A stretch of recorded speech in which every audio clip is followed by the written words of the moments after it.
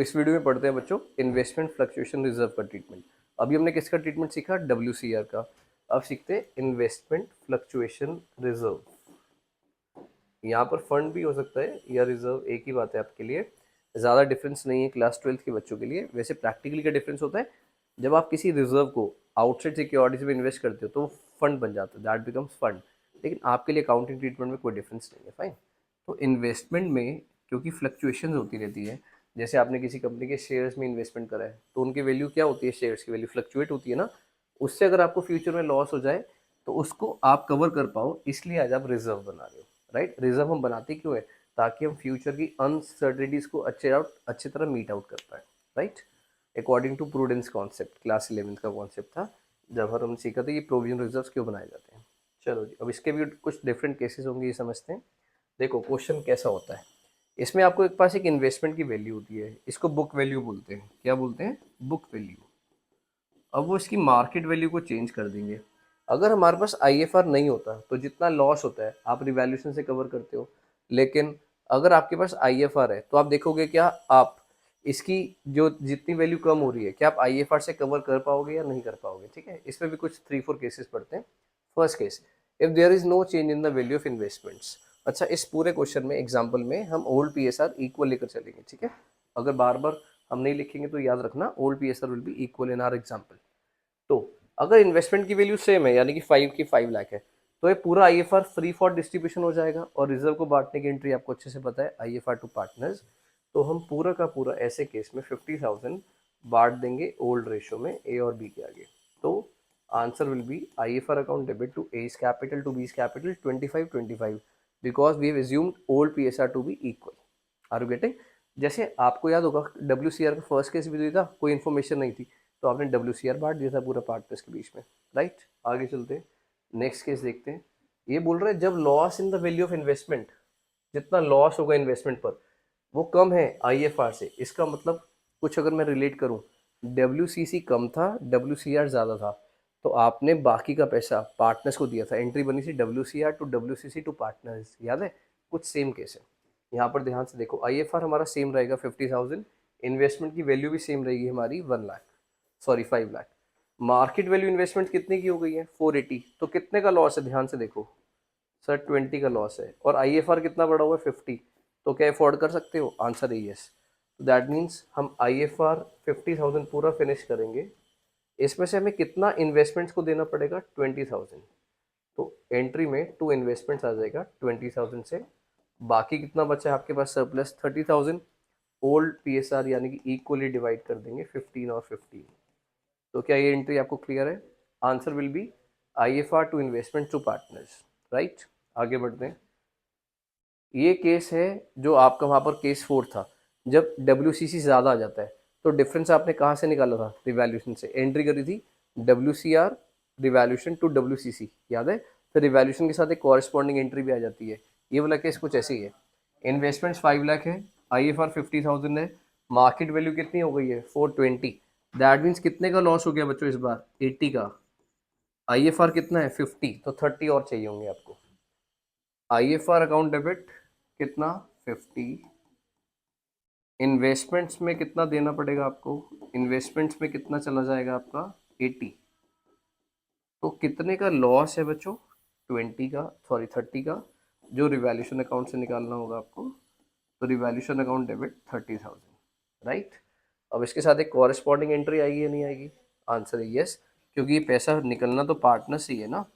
तो A's capital account debit, B's capital account debit to revaluation account. जब भी revaluation आता है तो आपने उसके साथ एक कॉरेस्पॉन्डिंग एंट्री जरूर करनी है, ताकि आप रिवैल्यूएशन को रिवैल्यूएशन से कैंसिल कर दो, राइट। तो 30,000 को आप इक्वली चार्ज कर लोगे दोनों से, दैट विल बी 15 और 50। इतना क्लियर हुआ? आगे बढ़े, चलो जी। Next case, when loss in the investment. ये हमारा वहाँ पर जो सेकंड लास्ट केस था, जब WCR और WCC इक्वल हो जाते हैं तो पार्टनर्स के लिए कुछ नहीं बचता आपके पास, राइट। तो IFR टू इन्वेस्टमेंट्स आ जाएगा यहाँ पर, क्योंकि आपके पास IFR कितना है? 50, और लॉस भी कितने का हो रहा है? 50 का। तो दैट मीन्स 50 से एंट्री हो जाएगी बच्चों, IFR debit to investments 50,000। Simple, what it. आगे चले, चलो अब इलिस्ट्रेशन करते हैं जो बुक में है आपकी। यहाँ पर बुक में जो आपकी इलिस्ट्रेशन है वहाँ पर 18,000 का IFR गिवन है आपको। इन्वेस्टमेंट की बुक वैल्यू गिवन है 2 लाख। ओल्ड PSR है इक्वल। मैं ओल्ड PSR चेंज कर रहा हूँ, शायद क्वेश्चन में कुछ और है, आप चेक कर लेना। यहाँ पर ओल्ड PSR मैंने इक्वल एज्यूम कर लिया, ठीक है। बाकी सारा सेम है। बुक वैल्यू कितनी है 2 लाख, IFR कितना है 18,000। First, market value investment is not given, तो यहाँ से मैं क्या हटा दूँ, इन्वेस्टमेंट्स। आप क्या पूरा 18,000 बांट दोगे इक्वली? अच्छा, अगर दो पार्टनर्स, अभी हम दो पार्टनर्स ले लेते हैं, हो सकता है क्वेश्चन में 3 पार्टनर्स हो जो आपकी बुक में इलिस्ट्रेशन है, आप वैसे कर सकते हो, बहुत ईजी है। तो 18,000 को 9 और 9 में बांट देंगे, तो फर्स्ट केस हो जाएगा आपका। सेकेंड केस, ये वाला केस आपका हो, ये वाला हो गया है। अब सेकेंड केस, अगर मार्केट वैल्यू इन्वेस्टमेंट 2 लाख है तो ये भी सेम आंसर है। इसका मतलब कोई लॉस ही नहीं है। बुक वैल्यू कितनी है 2 लाख, और मार्केट वैल्यू भी कितनी बता रहे हैं वो आपको इन्वेस्टमेंट्स की 2 लाख, इसका मतलब कोई लॉस नहीं है, सेम आंसर। पूरा 18,000 बांट देंगे। क्या बांट देंगे? 18,000। ये 2 लाख मत बांट देना, इन्वेस्टमेंट की वैल्यू नहीं बांटते कभी भी, रिजर्व बांटते हैं, that is IFR। Got it?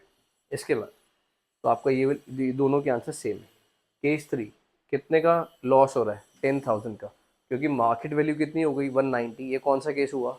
जैसे WCC कम था WCR से, यहाँ यानी कि इन्वेस्टमेंट पर लॉस कम है लेकिन आपके पास IFR ज़्यादा है, तो दैट मीन्स यहाँ पर एंट्री आप ऐसे करते हो, IFR account debit to investment to partners.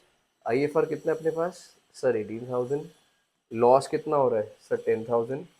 क्योंकि इन्वेस्टमेंट की मार्केट वैल्यू 190 हो गई है, बुक वैल्यू कितनी है 2 लाख। इन दोनों वैल्यूज़ को कंपेयर करना है आपने, राइट? तो 10 का लॉस है, 10 तो IFR से आ गए, बाकी का 8,000 आप इक्वली बांट दो, तो 4 और 4 बढ़ जाएगा। होप सो अच्छे से क्लियर होगा आपको ये वाला केस। आगे बढ़ते हैं। हाँ, ये दोनों केसेस इंपॉर्टेंट है।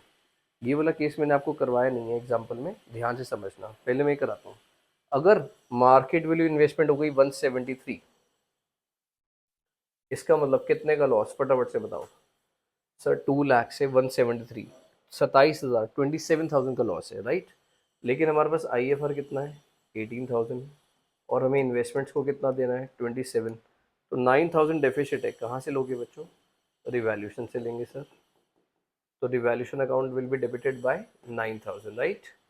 अब आप सबको अच्छे से पता है कि इस केस में आपको एक कॉरेस्पॉन्डिंग एंट्री भी करनी पड़ती है, जहाँ पर आप रिवैल्यूशन को क्या कर दोगे, क्रेडिट, और पार्टनर्स क्या हो जाएंगे, डेबिट। तो हम इसी का यूज़ कर लेते हैं। सेकेंड एंट्री में पार्टनर्स डेबिट हो जाएंगे और टू रिवैल्यूशन अकाउंट आ जाएगा। कितने से? 9,000 है ना, जो आपको एक्स्ट्रा लॉस हो रहा है, ये इक्वली चार्ज कर लेंगे पार्टनर से, 45 और 45।